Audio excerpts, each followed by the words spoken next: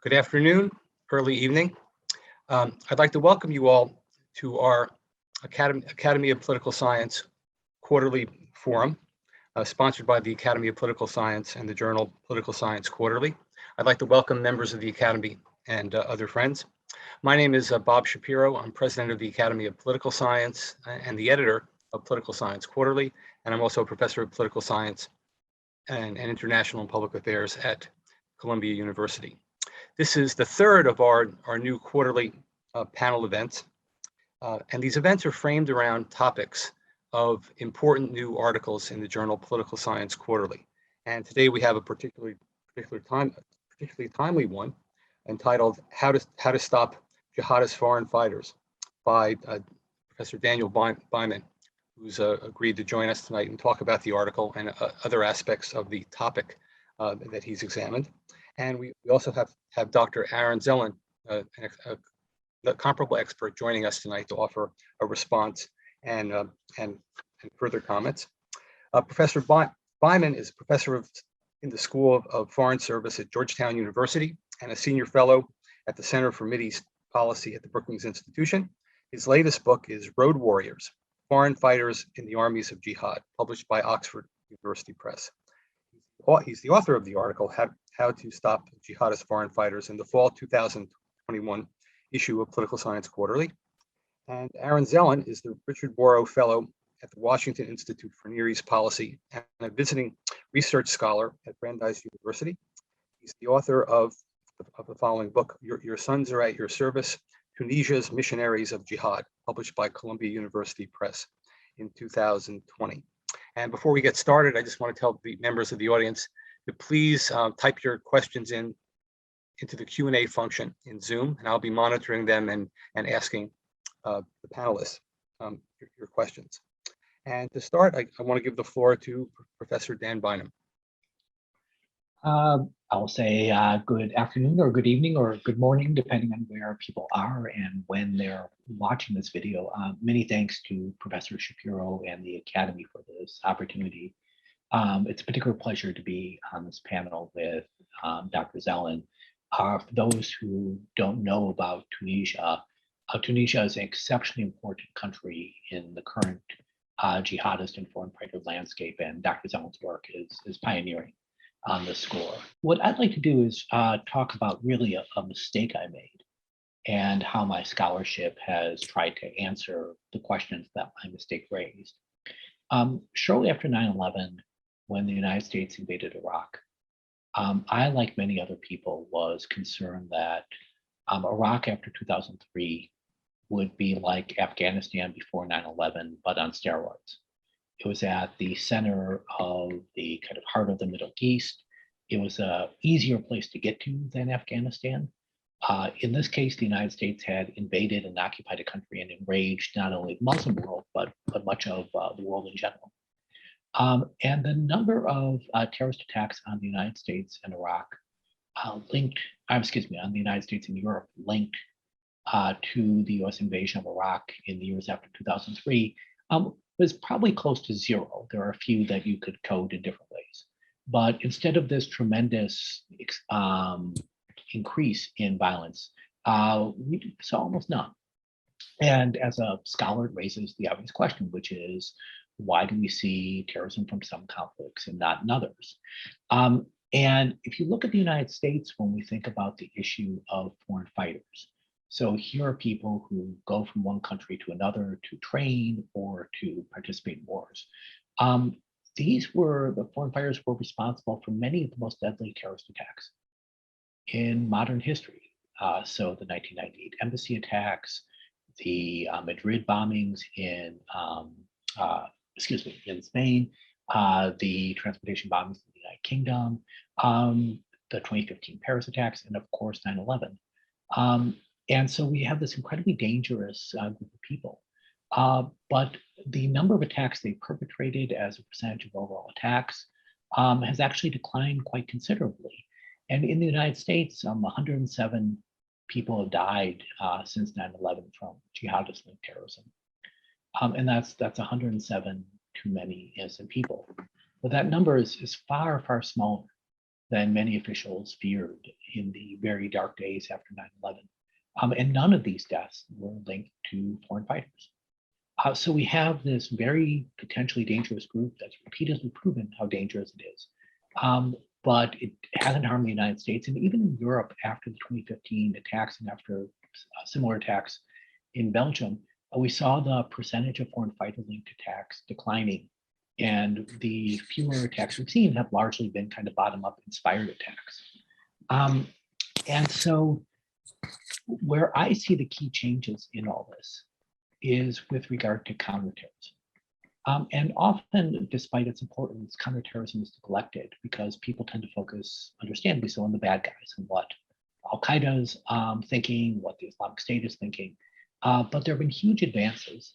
And many people are familiar with the Swiss cheese model from fighting COVID, where you have different layers of defenses, where social distancing helps reduce the prevalence, and masks help reduce it, and vaccination helps reduce it, and no single step by itself solves the problem, but together it's quite effective.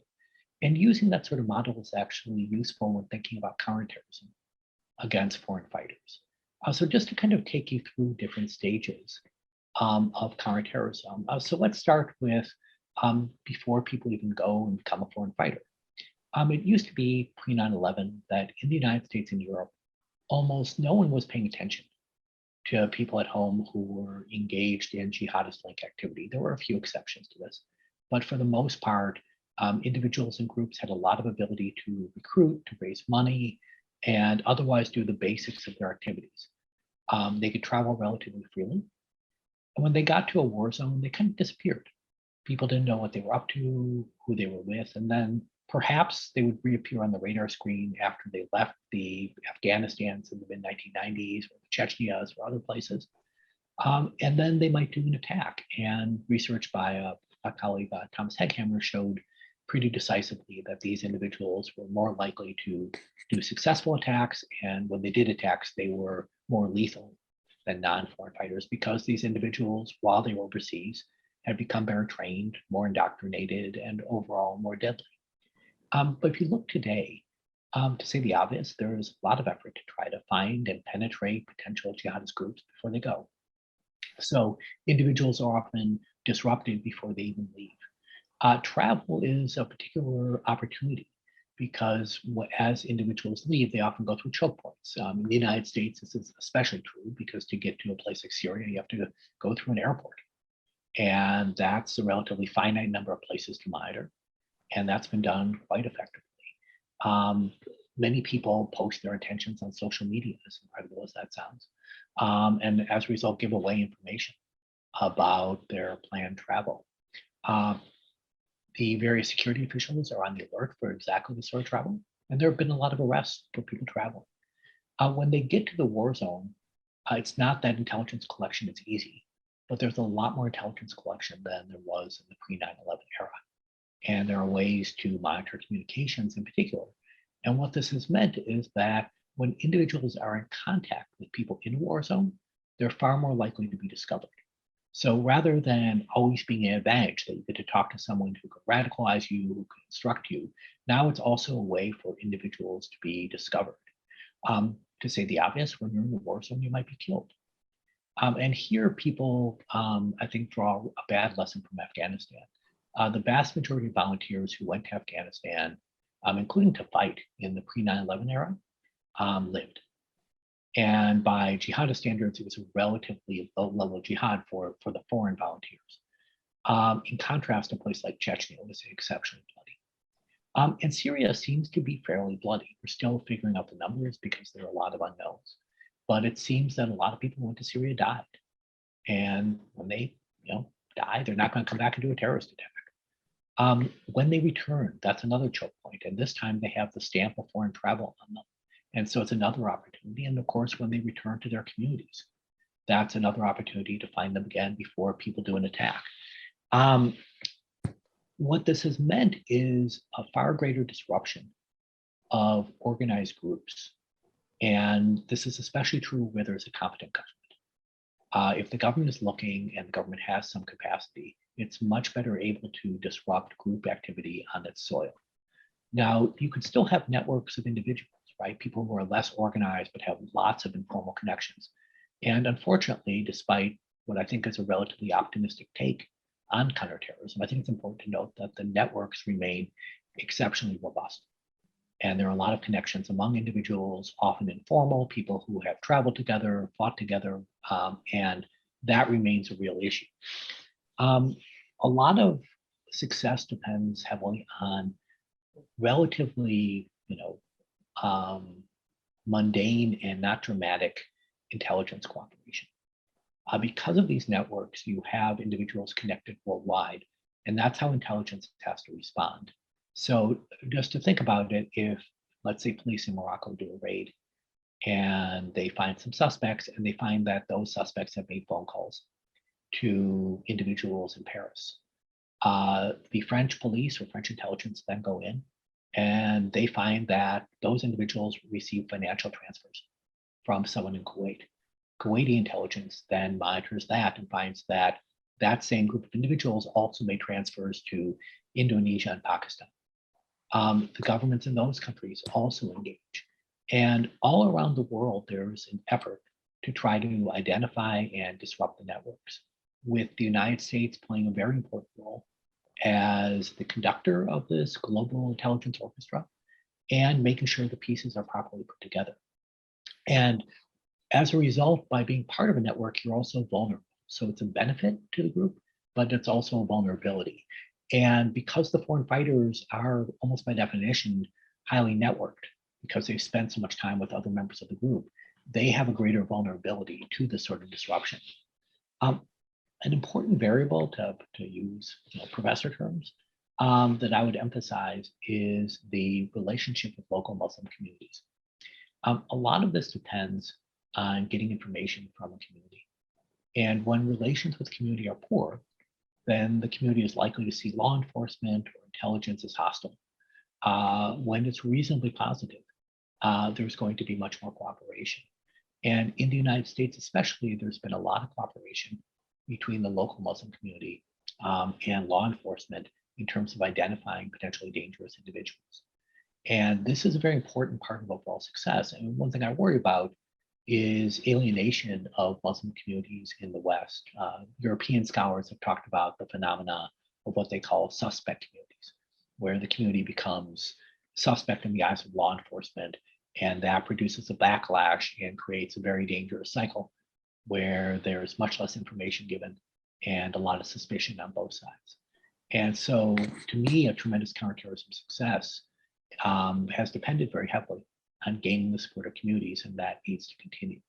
So none of this solves the terrorism problem, but it does make it much less dangerous, does reduce its political salience. It also means that groups are more likely to rely on bottom-up inspired terrorism, and we've seen a number of groups shift towards urging their followers to attack without specific instructions, but just go after a broad set of targets. That poses a different set of dangers. In general, these individuals are less competent, less deadly, but at the same time, they're very hard to stop.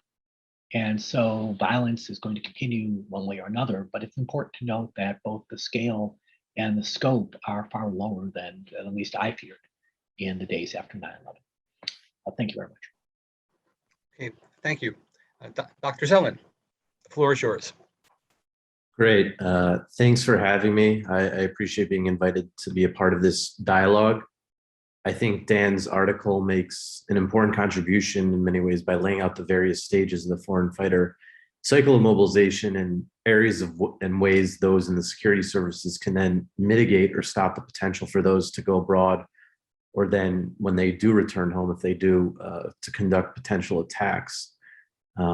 It's actually interesting that, I feel like Dan and many people who do research on this field, after all these years now, it's obviously just past the 20th anniversary of 9/11, we just almost finally figured not everything out, but in many ways have a pretty good idea about how to deal with it and manage it in a way that's not over the top, like what happened really post 9/11 in the immediate years, but more of a manageable way. And now, the focus is being put more on power competition than sort of the post 9/11 wars. So it's kind of interesting when you think about it in the way that, at least the way I look at it, right after the Cold War, you had this success with the Kuwait War and kicking Saddam out, and that was sort of seen as like this model and sort of this culmination of things related to the Cold War. But then obviously things quickly shifted and led to, what happened in Somalia with Black Hawk Down, and that then sort of led into this 9/11 era.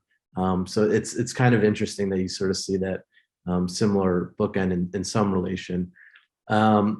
So in light of that, I thought that as part of my talk, I was going to look a little bit forward in relation to this issue, as well as add some relevant points and potential questions that maybe Dan wants to address or just rhetorically put out there that could be interesting to those who are watching now or later, that are worth considering when thinking through this issue. So the post 9/11, and in particular the post Syrian foreign fighter architecture to stop foreign fighters, also provides a model in many ways for the potential to stop future foreign fighter mobilizations that don't even necessarily deal with jihadism when you're thinking about it in the Western context. Of course, we've seen in recent years a return or a rise again of far right-wing extremism. We've obviously seen the case of Ukraine, where a number of people from that movement have gone there to get training and go back to their countries. There haven't been, terrorist attacks in the way we've seen with the jihadi movement, but obviously, at least in the US context, it's helped fill some of the back ends of these militia movements that we see in the US context.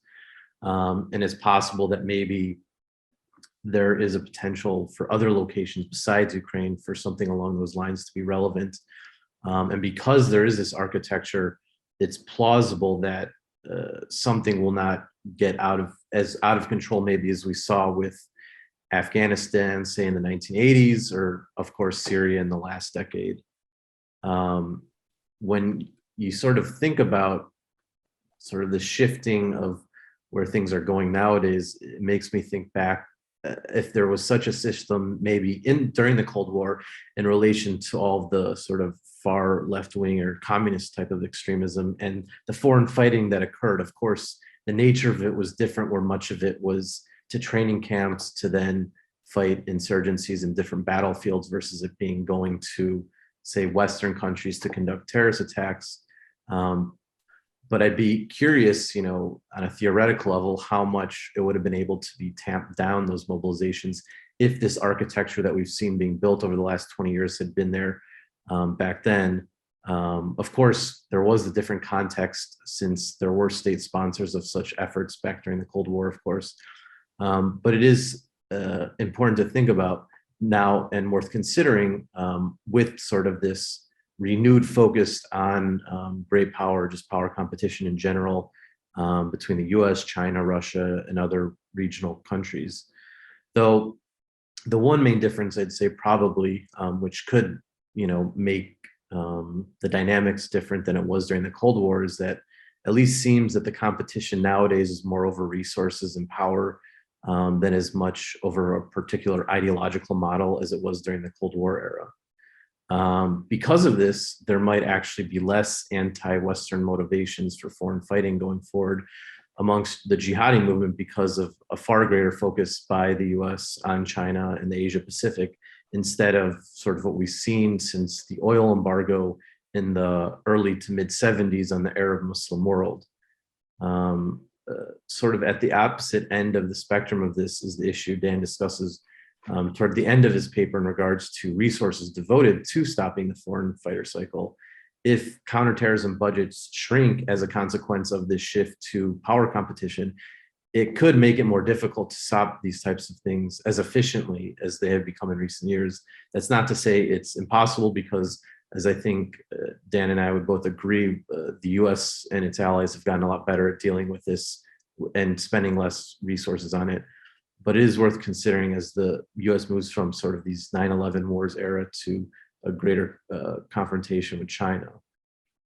In relation to power competition in particular, it's also worth remembering during the Cold War that there was actually more sponsorship of terrorism and terrorist violence, especially in the 60s and 70s, than even what we've seen in the last 20 years. So that's something to think about as well.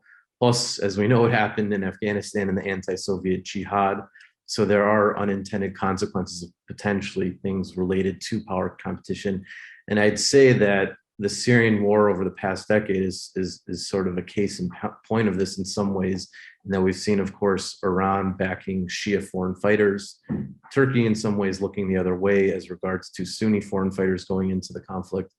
And then maybe a more controversial statement of the US looking the other way in relation to working with the SDF, since it's viewed by some, especially in Turkey, as sort of an element of the PKK. And we did see some foreigners joining up with the SDF as well.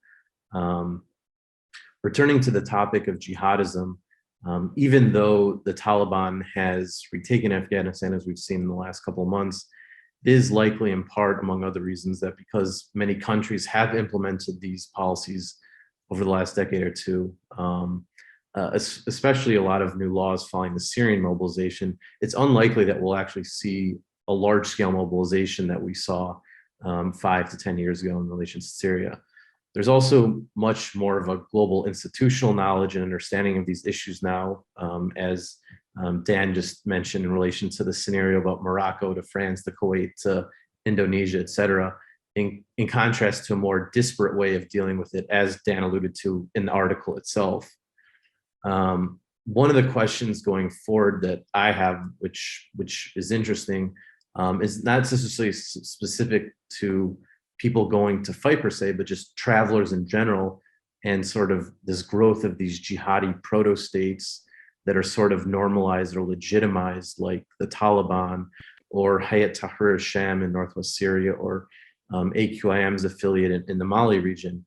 If someone travels there and wants to be part of sort of this state that they're creating, as we saw with ISIS, but uninterested in sort of the terrorism element, but rather more because they see it as a pure religious state, or can have the equivalent of their jihadi dream, a la the American dream, what does that mean for policy then?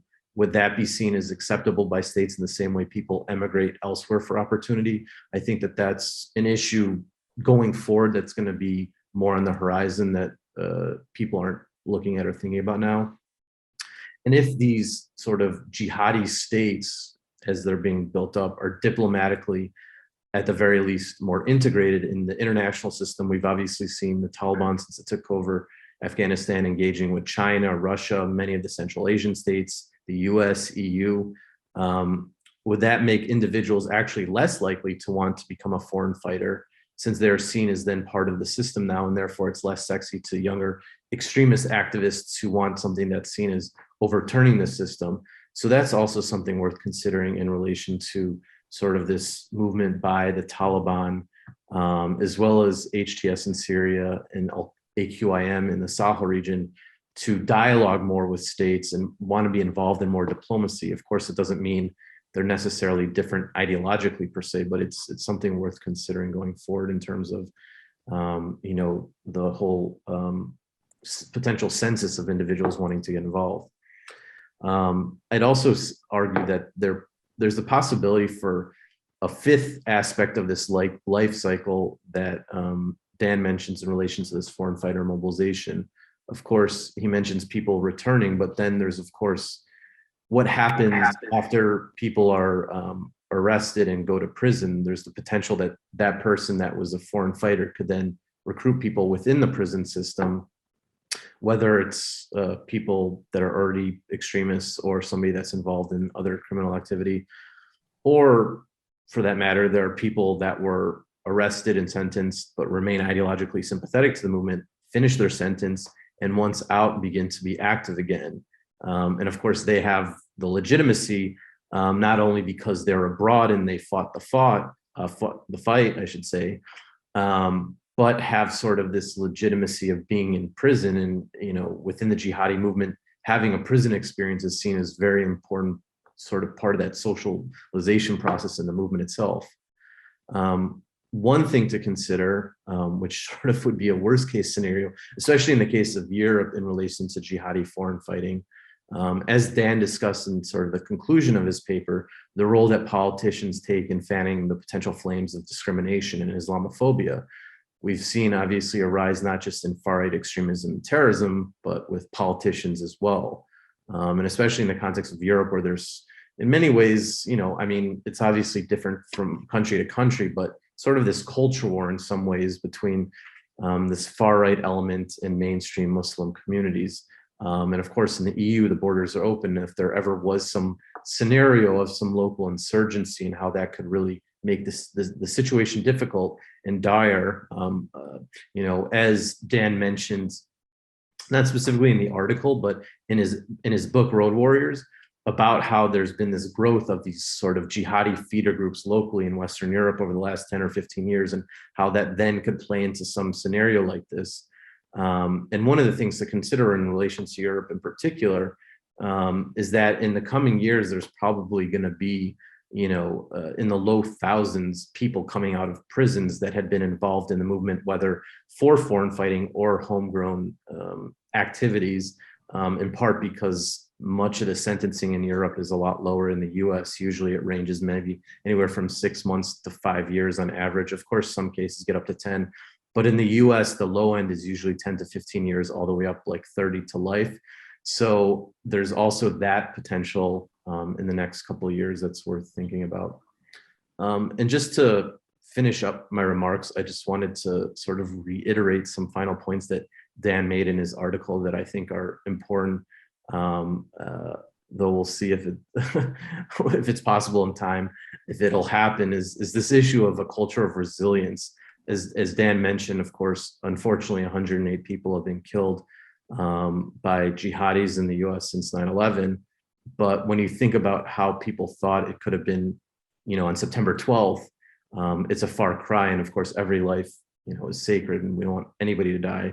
But I think it's important to contextualize this level of violence and the successes that have actually happened too, instead of always just focusing on the potential worst case scenarios in many cases. And then I do think that, Dan's right in noting that sort of this hope that jihadism, like other ideological movements in the past, will just burn itself out over time because they lose legitimacy. Of course, as we've seen, whenever jihadi groups have done terrorist attacks, in particular Muslim countries or Arab countries, the sort of support for them goes down dramatically.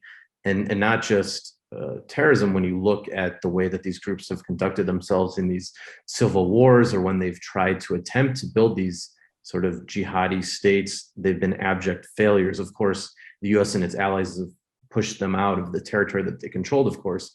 But when they were able to control that territory, the level of governance was really shoddy, and there was still a ton of corruption. So it's hopeful that at least amongst the younger generation and, the people that I talk to in the region, at least in the Arab world, I can't speak to other parts of the Muslim world just because that's what I focus on in my research. It appears that at least amongst the younger generation that they are hoping to look towards other opportunities that are, more sustainable in many ways, beyond just sort of this authoritarian model we've seen now going back decades versus more of this Islamist jihadism model that really hasn't bore any fruit, even though these movements have been active now, going back to the 1920s and 30s for the mainstream Islamist movements, and then the jihadis going back to sort of the 60s and 70s. So I'll just leave it at there and be curious what Dan's thoughts are if you wanted to answer any of the questions that I raised. So thank you. Thank you, and thanks for both of your very interesting discussions. Dan, do you want to respond to any of what Aaron said? So I liked kind of Aaron's, thinking about this as an overall framework. What's interesting to me, really what I've been pondering, and I don't answer, is some of the questions Aaron was raising at the very beginning of his remarks, which is, what does it mean if the United States starts to shift away from the Middle East? In my entire professional career, the Middle East has been a tremendous priority of America. And what's really striking is if you look at the presidencies of Barack Obama, Donald Trump, and Joe Biden, three very different individuals, is the one thing they agree on is the United States should try to reduce its involvement in the Middle East. And I think it's fair to say that the vast majority of the American people would agree with that. And does that mean that jihadist groups say, hey, America's less involved, so we don't have to deal with them as much? And conversely, as China's role increases and attention grows to the brutal repression of over 1 million Muslims in China, that countries like China go on the radar screen. I don't know. I mean, America has really been embedded in the consciousness of this broader movement for several decades now. And of course, even America diminishing its role doesn't mean the United States isn't going to be bombing places or training militaries or doing, things that may not make headlines here, but are very consequential for the people in these groups. So I'm thinking it may not happen, but what's interesting is to think outside the groups themselves and really think about broader publics, right? Will this be something where, yes, you'll have the groups, of course, still engaged, but the broader publics are animated by other things. And something Aaron, frankly knows better than I do, is when you look at something like, the Syrian civil war and how that animated people throughout the greater Middle East, and was something that really wasn't, for the most part, about the United States either way. I mean, there were some people angry the U.S. didn't intervene more, and some frustrated with the nature of U.S. intervention, but the vast majority of the discourse had nothing to do with America. And will it simply be a region going its own way? And akin in some ways to Africa, where there's a lot happening in a very dynamic region. This part of the world in Africa, it has very rich politics and a lot of differences, but it's mainly not about the United States, right? There's no way to kind of look at Africa's future and say it's really going to depend on decisions made in Washington, one way or another. And I think that's where the Middle East is going to go. And what I do wonder is, will popular discourse, which focused very heavily on the U.S. role for many years, understandably, will that move on? And that to me is a genuine question mark.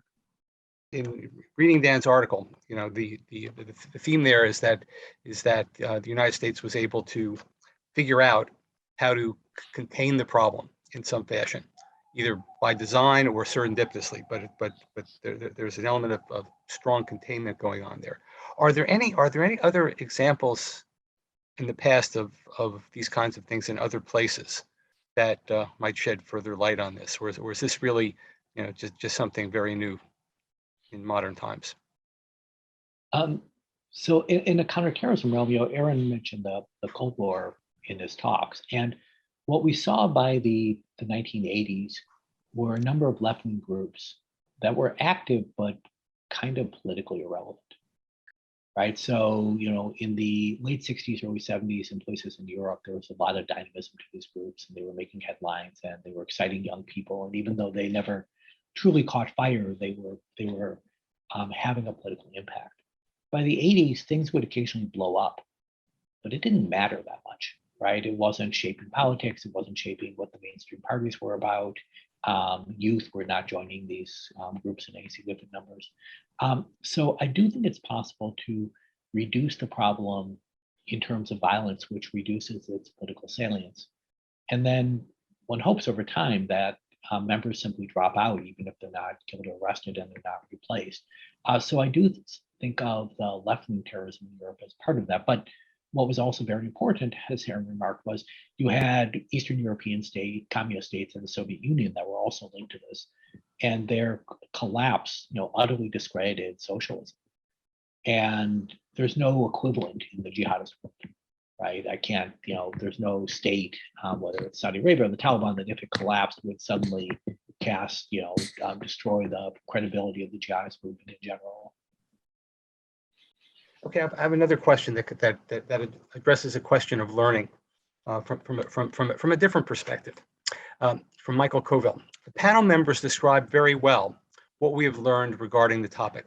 What do you think the jihadist fighters, and more generally terrorist organizations, have learned from the referenced experiences, and how will that change their approach and methods? Any comments? I can go ahead, at least start. Go ahead, Aaron. I think one of the things we've seen over the last 20 years is that while bin Laden and Al-Qaeda, much of their focus was on the global enemy in the United States, because that was sort of their last option, because that, if you're looking at the scene in the 1990s, the local movements got squeezed a lot in Algeria and Egypt and elsewhere. So there really wasn't any other option. And this sort of 9/11 was in many ways a Hail Mary, and it worked, unfortunately. But as a consequence of not only the dynamics that Dan talks about in this article, but other CT measures, we've seen that there's been more of a localization, regionalization of these movements. And while rhetorically they still obviously talk about the global fight and, you know, sort of try and have this stochastic type of terrorism where they're like, you should go do this if you live in X, Y, and Z country, but we're not going to necessarily provide you with any resources. But they also have a lot of more opportunities to act locally too, especially since the Arab uprisings, just because of the collapse of governments or civil war or opening of, you know, political squares and the like. And as a result, they've been able to actually make, you know, a lot of dents in some of these societies where we've seen them take over different territories in a number of countries. Of course, we don't see anybody really controlling any territory in any Arab states right now amongst the jihadist movement. But they realize, for the most part, if they focus more locally, the US and its allies aren't going to probably harass them quite as much.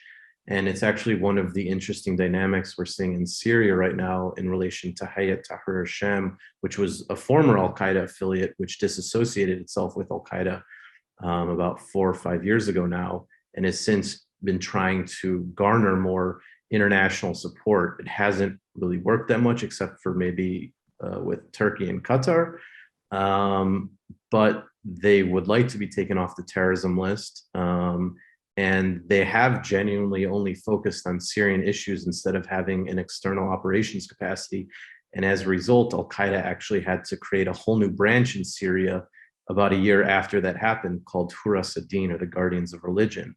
And the US is primarily, when you look at the drone strikes in Syria, only focused on this new al-Qaeda branch than on the former one. And we see similar dynamics playing out elsewhere too. So it's definitely interesting to see that, and that there sort of is this, I don't know the way of saying it, but it's kind of like, you do your thing, we won't bother you. You don't bother us, we won't bother you type of thing, which is an interesting dynamic that I don't think most people in the public really have an idea of it. I think most people still view everything in relation to this movement in the 9/11 lens. Let me add a few things, because I think Aaron raised some great points. One interesting thing to me is how different aspects of the overall movement learn different lessons from the same event. So if you go back to Iraq in the late 2000s, the Al-Qaeda core, you know, if you want to embody it by Ayman Zawahiri, basically learned the lessons the United States learned, right? So he's giving advice to local groups and saying, you know, look, you have to work with the locals and work with other groups, and remember, respect the tribes and don't mistreat civilians. You know, a lot of what he said could have come out of an American counterinsurgency manual. And so when the Islamic State appears and they're going against many of these admonitions, it's surprising to me, because I thought the overall movement was learning the opposite lessons from some of the mistakes they had made in Iraq. But the lesson that many of the people who founded the Islamic State had learned were almost the opposite, which was, you know, our problem wasn't that we mistreated civilians, it's that we were too nice, right? They weren't afraid of us enough. Our problem wasn't that we declared an Islamic State too early in Iraq. That was a huge success from their point of view, and they doubled down on it in Syria. So as you would expect in some ways from very complex events, different groups can take different lessons. And I think it's important for us to recognize, though, that that makes it very hard to predict what people are going to learn. One other lesson I'd like to learn from the jihadist point of view, I think, has big counterterrorism implications, which is about drone strikes. There's a whole debate about, in the academic literature, about does killing terrorist leaders matter and how much, and I have my views, but I'll spare the audience right now. But I think a bigger question in some ways is, what is the organizational adjustment to the constant threat of drones that these organizations do? Because they have decentralized, they've reduced communications, they've done a bunch of things that have made them less susceptible to drone strikes. However, that has had huge organizational consequences for the movement. You know, part of the reason, in my mind, that they are more local and are more autonomous on a local level is because of the risks of having communications intercepted and having a hierarchical organization if you're trying to hide from drone strikes. And so to me, one of their lessons is a sensible one, given the threat they face, but at the same time is actually a win for US counterterrorism, because that sort of fear and those sorts of problems make the groups less effective. Okay, so here's a question on a related topic, the Saudis. This is from David Ferris. The Saudis were active on 9/11, in 9/11. How about now? What are the implications for US policy? I'll take a stab. And I don't know where Aaron stands on this issue, so I'm really curious where he's going to come out. Yeah. So Saudi Arabia 9/11 is to me a very complex topic. As people know, most of the hijackers were Saudi nationals. There was a large amount of funding from Saudi Arabia, especially, but also other Gulf countries that were going to Al Qaeda at this time. A lot of volunteers for the group were Saudi. You had Saudi charities that were supporting an array of causes that kind of indirectly aided this movement. And Saudi intelligence, while very concerned about this problem, was very reluctant to air dirty laundry in public. So it was very unwilling to kind of share information with other services, including the United States, despite the threat. However, I'm skeptical of the kind of loose talk about a direct Saudi government role in 9/11. And I see that as, based on kind of some misreading of some existing information that's out there. But it's useful to ask the question, what is the government's responsibility? And I think the Saudi government before 9/11 fell short of its responsibility to police its own citizens. And so it does bear some responsibility, just not direct responsibility for the attack. After 2001, but especially after 2003, we saw Al Qaeda linked groups or individuals begin to attack the kingdom itself. And that made the kingdom really go on offense and aggressively go after these groups on Saudi soil. Now, I'll defer to Aaron on Syria, but Syria caused huge problems for the regime because the fight against the Assad regime was incredibly popular.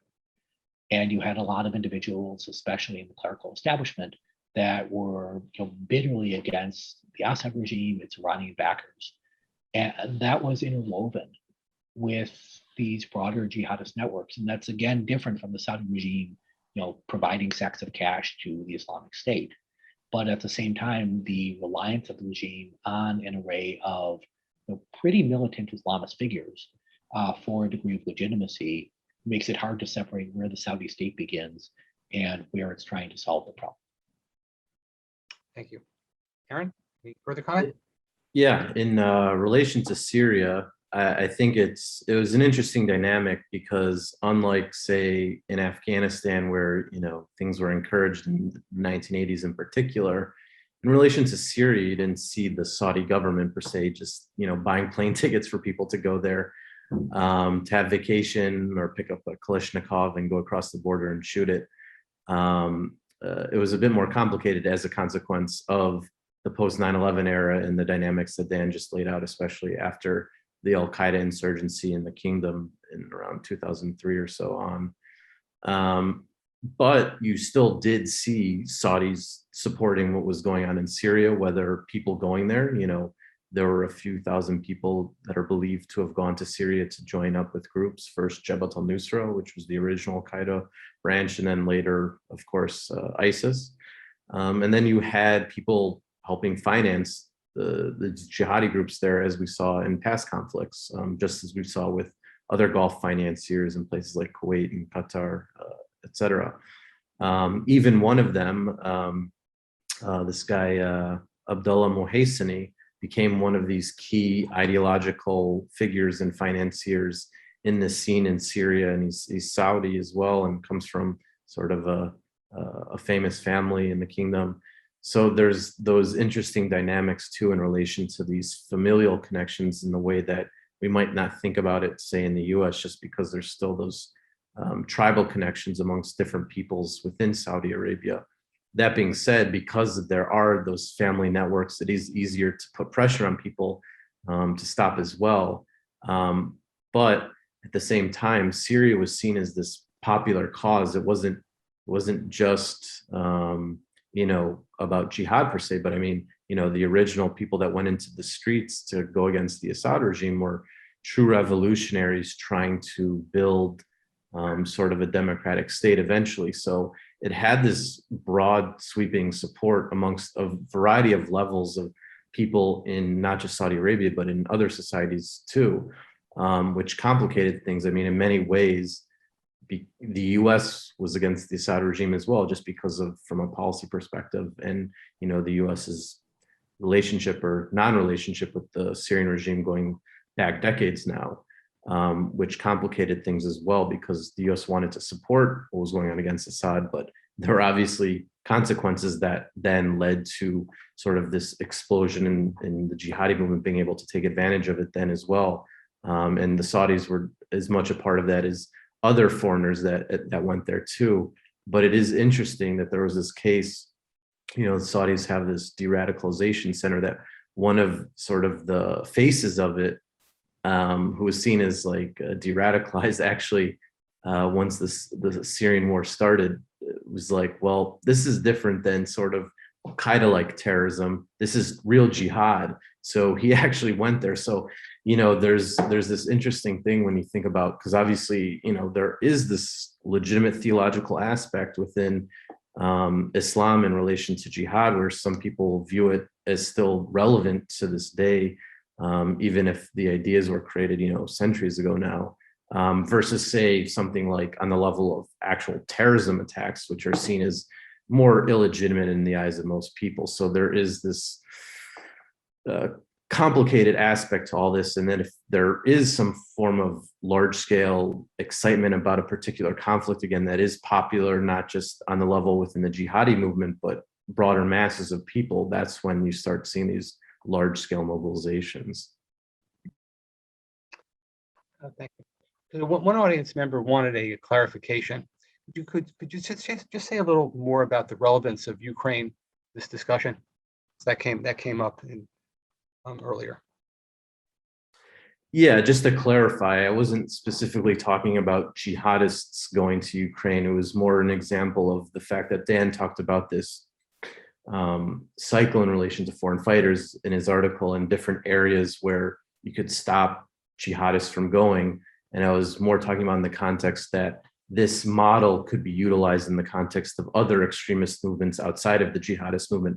So I was mentioning Ukraine because we've seen in the last 5 years or so since the conflict where the Russians went in there, that we saw far right-wing extremists from other countries outside of Ukraine going there to join this fight and becoming foreign fighters and gaining training, and then coming back to their home countries and either potentially being involved in terrorist plots in the future, or trying to propagate these ideas to a broader audience through social media in particular.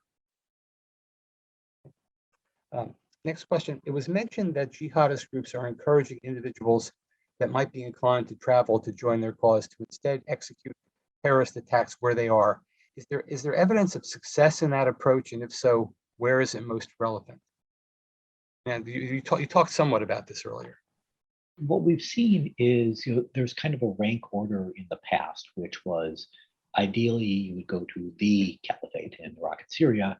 But if you couldn't, it was perfectly reasonable to go to what we refer to as provinces of the Islamic State. So, whether it was in Libya or Sinai or Afghanistan, that you could travel somewhere else where the Islamic State had a presence and fight there legitimately. And right now, for example, the Islamic State presence in Africa in Afghanistan is very important to the group. They're putting a lot of publicity towards it. But as travel became more difficult and individuals were more likely to be caught, but also as these various provinces and especially the core came under a lot of pressure, then there was a recognition that individuals who traveled might just be caught and you're kind of wasting a resource. So the propaganda began to shift to doing attacks where you were. And we saw in both Europe and the United States, it's always hard to trace direct causation. But in my view, we saw a number of individuals who did or attempted violence in Europe because they have stricter firearms laws. It tended to involve stabbings or vehicles more frequently. while in the US, it was often plots with weapons. But they were trying to do attacks. But 5 years ago, or not even 5, 6 or 7 years ago, they probably would have tried to go to Syria, right? They would have often preferred to have been a fighter there, but they felt they were doing their duty locally. And this enabled the Islamic State to kind of take advantage of resources it might not otherwise have and pose a continuing threat. Al-Qaeda tried to do this as well about a decade or so ago with Anwar al-Awlaki, the American Yemeni, who became one of the top ideologues in the movement, yet it was not quite as successful as what we saw with what the Islamic State was able to do sort of after 2015 or so.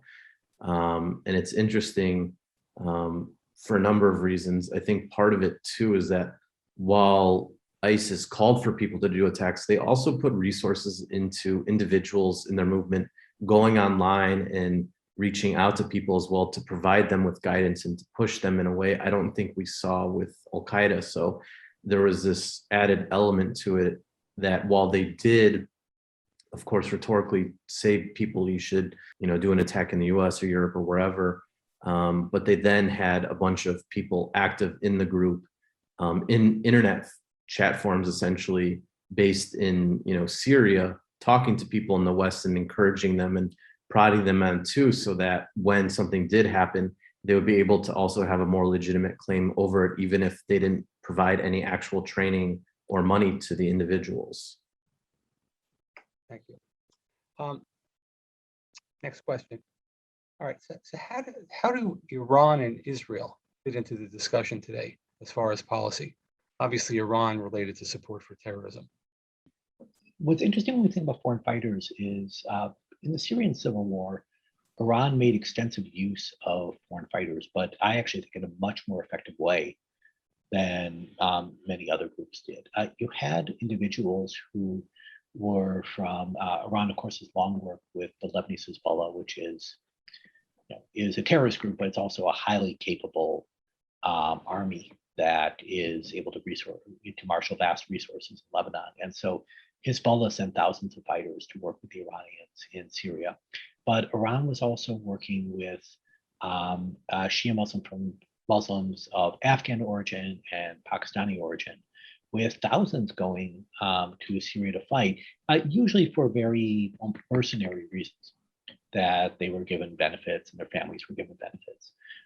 And so these individuals were incorporated into existing military structures in Syria. And while foreign fighters on the Sunni side against the regime came in, they often caused chaos. They often joined rival groups or shot at each other.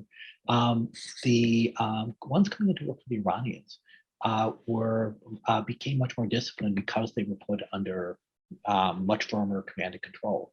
And it's an interesting question to me, what will happen with these groups now that the Syria conflict is drawing down.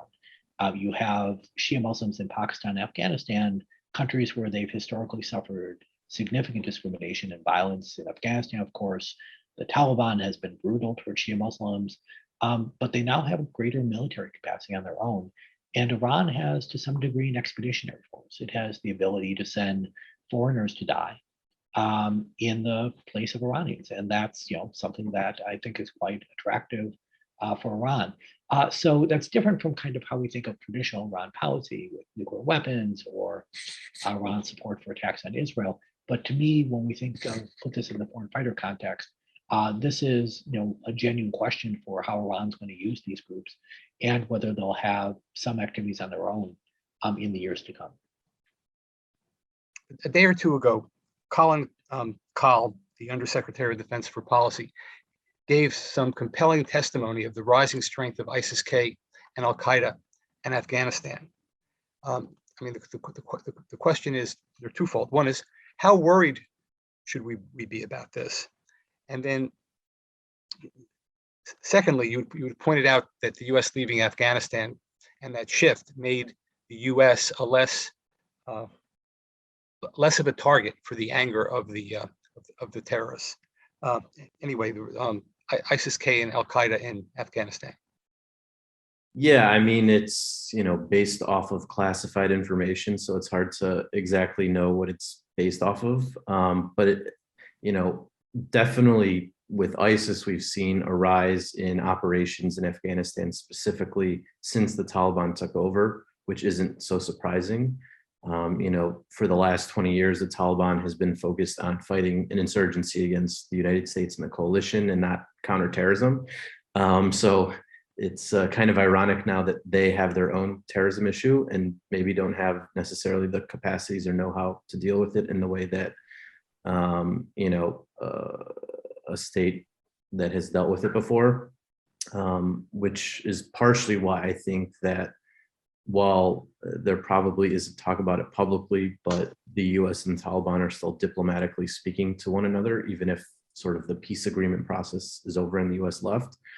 There are also then questions about what that means for China and Russia, because they're obviously a lot closer to Afghanistan. The Chinese diplomats have been going into Afghanistan and talking to the Taliban a bunch lately, and we know that there are reports, I think it was today or maybe yesterday, that the Chinese are going to be building a base in Tajikistan. So what does that then mean? Of course, we know how the Chinese have dealt with the Uyghur population, and hopefully they don't follow that model with Afghanistan as a whole, since the issue of ISIS, while it is a problem, is not the whole population, in the same way that while there definitely were Uyghurs in China involved in terrorism, not all Uyghurs are a security threat, of course. So that will definitely be interesting, sort of, and that gets into what I was talking about in terms of this issue of power competition and this dance of who might try and deal with this issue and things related to that.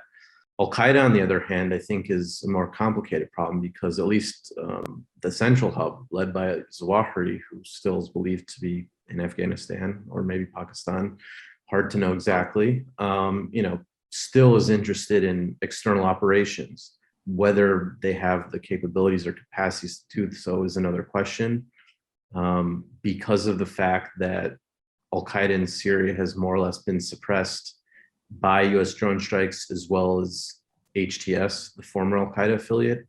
It's plausible that some of these historical leaders might try and go from Syria to Afghanistan. And then the question of some of Al-Qaeda's leadership in Iran might try and leave and go to Afghanistan as well, and how that might breathe life into it. Of course, a lot of that is speculation, so we don't know exactly what might occur.